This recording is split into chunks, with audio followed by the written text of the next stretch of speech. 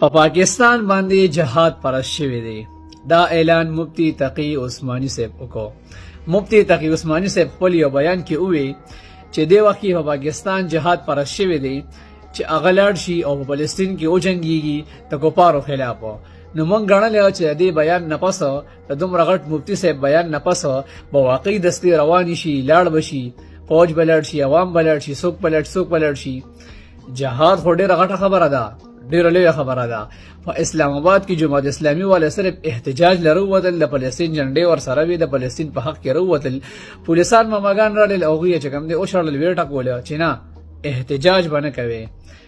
جهاد خو ډېره غټه خبره ده، احتجاج ته چې کوم دی تا په اسلامي ملک کې نه پرېږدي.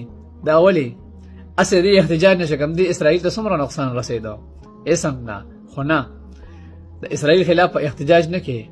ولې بس دا یوازې پاکستان کې نه، په سعودي عرب کې، په هر ملک کې، مسلمان ملک کې نشي کولی د اسرائیل خلاف ته احتجاج نشي کولی. ولې؟ دغه جواب تاسو مالې په کمنټس کې راکړئ.